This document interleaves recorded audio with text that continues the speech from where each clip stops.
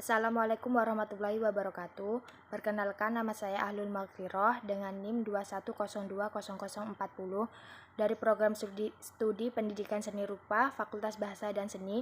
Pada kesempatan kali ini saya melengkapi ujian akhir semester dasar ilmu pendidikan. Baik, pada kesempatan kali ini saya akan membahas mengenai 6 pokok masalah pendidikan di Indonesia. Jadi salah satu pokok masalah pendidikan di Indonesia yaitu keterbatasan jumlah guru terampil. Keterbatasan jumlah guru terampil ini entah disadari atau tidak, masalahnya pendidikan di Indonesia adanya keterbatasan jumlah guru yang terampil. Umumnya guru-guru terampil dan berkualitas tersebar di kawasan kota atau daerah yang notabene mudah diakses. Sedangkan daerah-daerah terpinggir dan terpencil sulit sekali mendapatkan guru. Memang ada banyak faktor hal ini terjadi dari banyaknya alasan, salah satunya masalah minat dari guru itu sendiri. Lebih banyak guru yang memilih lokasi yang mudah diakses dari segi transformasi dan akses untuk mendapatkan kebutuhan pokok mudah didapat. Jadi hal ini sangat memicu pada masalah sistem pendidikan di Indonesia, masalah pokok pendidikan di Indonesia, karena guru-guru ini belum menyadari bahwa daerah-daerah terpencil juga membutuhkan mutu pendidikan yang sama dengan daerah-daerah yang mudah diakses. Kemudian yang kedua yaitu sarana dan prasarana. Jadi sarana dan prasarana pendidikan di Indonesia ini, masalah pendidikan di Indonesia saya yakin sering dikeluhkan, baik dikeluhkan oleh wali murid, guru, dan muridnya itu sendiri. Tidak dapat dipungkiri dari segi sarana dan prasarana yang memang kurang memadai. Prasarana dan prasarana yang kurang memadai ini berupa tempat, bangunan, ataupun wilayah yang sangat miris sekali untuk dilihat, apalagi sekolah-sekolah yang masih mempunyai gedung-gedung yang tua, kemudian belum diperbaiki, dan masih banyak yang lainnya. Ini sangat-sangat berpengaruh pada mutu pendidikan di Indonesia. Kemudian adapun yang ketiga mengenai masalah pokok pendidikan di Indonesia yaitu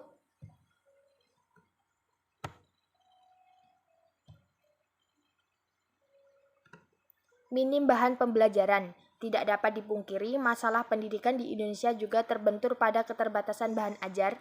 Kurangnya keterbatasan bahan ajar menurut saya hal yang wajar, karena memang dari kesadaran akan literasi di Indonesia termasuk di urutan terakhir. Jadi Indonesia ini sudah termasuk pada literasi urutan terakhir. Jadi ini seharusnya harus memicu pada sistem pendidikan Indonesia yang harus ditingkatkan, kemudian mutu dan pembelajarannya bagi masyarakat di Indonesia.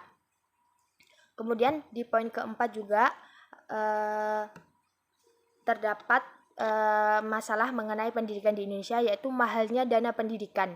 Tidak dapat dipungkiri, masalah pendidikan di Indonesia yang paling mendasar terletak pada masalah biaya pendidikan.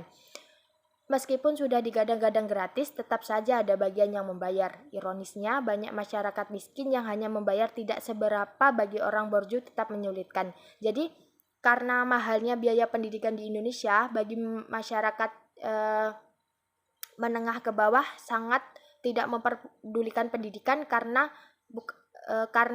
kurangnya dana.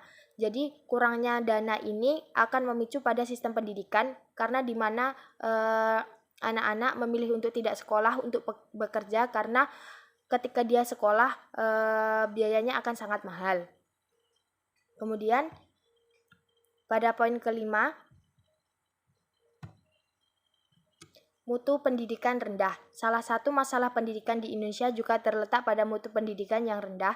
Masih menyambung pembahasan di atas, salah satu penyebab rendahnya mutu pendidikan bisa saja disebabkan oleh perspektif masyarakat secara umum, di mana menuntut ilmu bukan suatu kewajiban atau kesadaran diri yang merupakan bentuk kewajiban terhadap diri sendiri. Jadi mutu pendidikan rendah ini karena beberapa banyak kalangan dari masyarakat itu menganggap bahwa pendidikan itu tidak terlalu wajib bagi dirinya, tetapi hanya sebatas mendapatkan ijazah, dan ini sangat berpengaruh pada mutu pendidikan di Indonesia. Kemudian di poin terakhir juga terdapat minoritas bagi kelompok difabel. Masalah pendidikan di Indonesia tidak banyak dijadikan sorotan adalah masalah pendidikan bagi kelompok difabel. Ternyata masih banyak kelompok difabel yang kesulitan dalam mencari sekolah dan inklusi. Itu berarti masih sedikit sekolah-sekolah inklusi bagi mereka. Satu sisi, sekolah inklusi secara tidak langsung juga mengkotak-kotakkan dan semakin tereksklusi dari realitas sosial. Jadi minoritas difabel ini akan membeda-bedakan sistem dan pelayanan pendidikan di Indonesia, di mana jika sekolah swasta, sekolah negeri, dan sekolah yang high school itu akan membedakan sistem, mutu pendidikan dan pelayanan, dan ini sangat tidak baik bagi pendidikan di Indonesia karena membeda-bedakan mutu yang akan didapat oleh masyarakat Indonesia mengenai pendidikan yang baik. Mungkin cukup itu yang bisa saya sampaikan mengenai 6 hal masalah pokok pendidikan di Indonesia. Kurang dan lebihnya saya mohon maaf. Wabillahi taufiq wal hidayah. Assalamualaikum warahmatullahi wabarakatuh.